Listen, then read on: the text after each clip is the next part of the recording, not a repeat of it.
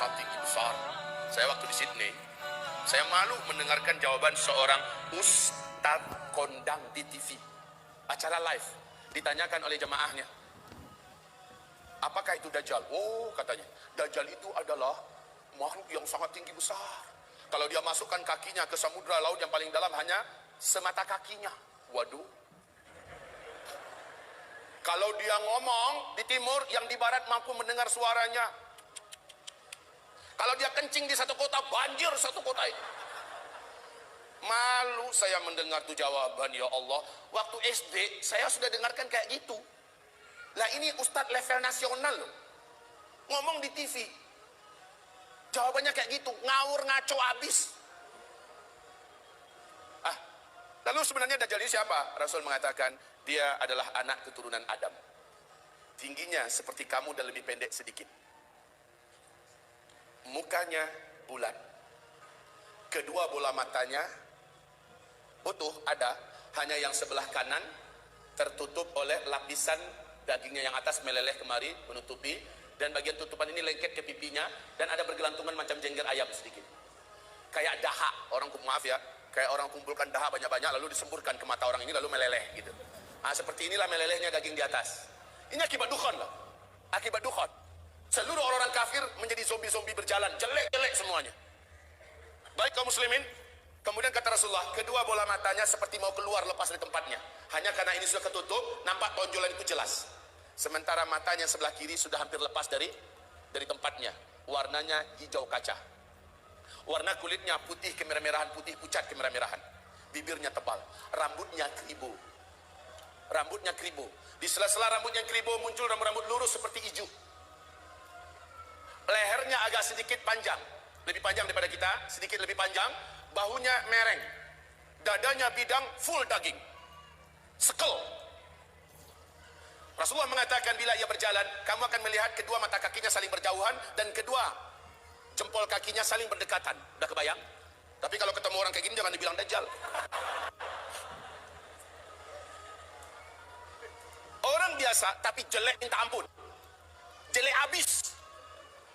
Kaum muslimin, kata Rasulullah berikutnya sallallahu alaihi wasallam, bagi orang yang beriman, yang menurut Allah imannya masih sahih, menurut Allah imannya masih benar, dia diizinkan oleh Allah mampu membaca huruf ka, fa, ra di antara kedua alis matanya.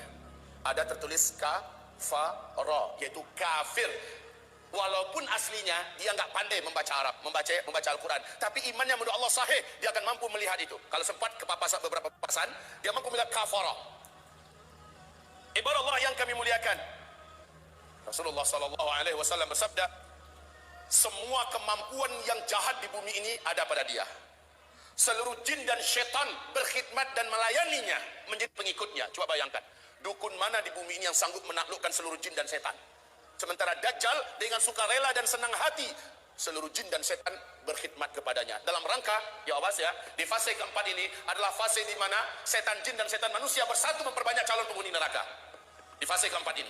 Makanya ketika Dajjal muncul, ma baina khalqi Adam ila qiyamis sa'a fitnatun akbar minad Dajjal. Sejak bumi ini Allah ciptakan, sejak Adam Allah ciptakan sampai hari kiamat, tidak ada fitnah yang lebih dahsyat, tidak ada fitnah yang lebih hebat, tidak ada fitnah yang lebih berat melebihi fitnahnya Dajjal. Maka berlindunglah kamu kepada Allah dari fitnah Masih Dajjal. Wallahi, kata Nabi, kalau saya hidup, saya yang akan membela kamu paling di depan. Tapi jika saya sudah tidak ada, setiap kamu harus bela dan jaga dirinya masing-masing. Dajjal memiliki kekuatan sihir yang tidak terbatas. Dajjal memiliki kemampuan dan hipnotis magic yang sangat-sangat berat, sehingga tidak ada yang mampu melawan Dajjal. Tidak ada. Ibarat Allah yang kami muliakan, Nabi perintahkan ketika kamu dengar Dajjal masuk ke kota-kota kamu, langsung sihirnya menyebar, yang menjadikan seluruh manusia yang juga sudah putus asa dengan beratnya beban hidup, dengan sukarela datang untuk menyongsong di mana titik Dajjal berada. Mereka berharap Dajjal bisa membagi-bagikan rezeki. Saat itu kata Rasulullah, wahai kaum lelaki, bawalah istri-istri kalian masuk ke rumah, ikat dia di dalam rumah, tambatkan dia di tiang-tiang rumah kamu. Carilah ibu-ibu kamu, bawa dia ke rumah, ikat kakinya, ikat tangannya, tambatkan dia di tiang-tiang di dalam rumah. Carilah anak-anak gadis kamu, selamatkanlah wanita-wanita kamu, karena sesungguhnya yang paling banyak sujud menyembah Dajjal ketika Dajjal masuk ke kota-kota di bumi ini adalah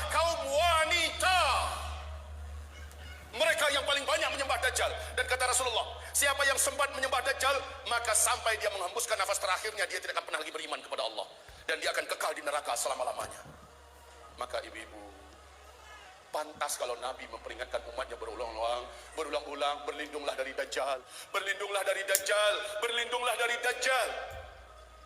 Seluruh dukun satu bumi, seluruh ahli-ahli sihir satu bumi akan sujud menyembah Dajjal. Dengan sihirnya, Dajjal menunjuk ke arah langit. Maka dalam pandangan mata manusia, awan berkumpul berarak dari mana-mana, padahal sudah sekian tahun awan tidak ada di langit. Lalu menurunkan air hujan, padahal hanya Tuhan yang mampu melakukan itu. Dengan telunjuknya, Dajjal menunjuk ke arah tanah yang gersang dan tandus. Maka tanah itu seperti memperlihatkan rumput-rumput hijau pun muncul, air sungai mengalir. Dengan sihirnya Dajjal, dia menunjuk ke arah kuburan yang ada. Maka seluruh yang pernah mati dan ada di kuburan itu bangkit, hidup dalam keadaan utuh, manusia yang utuh seperti masih hidup dulu. Dan langsung berjumpa sang ayah dengan anak, anakku, mak dengan anak, anakku, suami dengan istri, istriku, padahal mereka sudah mati. Ternyata terbongkar rahasianya. Rasul mengatakan itu seluruhnya bukanlah orang yang sudah mati, tapi jin-jin dan setan-setan yang menjelma menjadi orang yang dulu pernah hidup, agar menipu orang-orang yang masih hidup ini. Lalu mereka berkata, inilah Tuhan kita yang telah menghidupkan kami kembali. Akhirnya manusia sujud kepadanya. Sungguh sangat dahsyat, Pak. Orang-orang lemah iman, minim amal soleh, dia akan tertipu. Ingat sekali lagi, siapa yang beriman dengan Dajjal, dia tidak akan pernah beriman kepada Allah sampai dia mati. Dia akan menjadi ahli neraka kekal di dalamnya.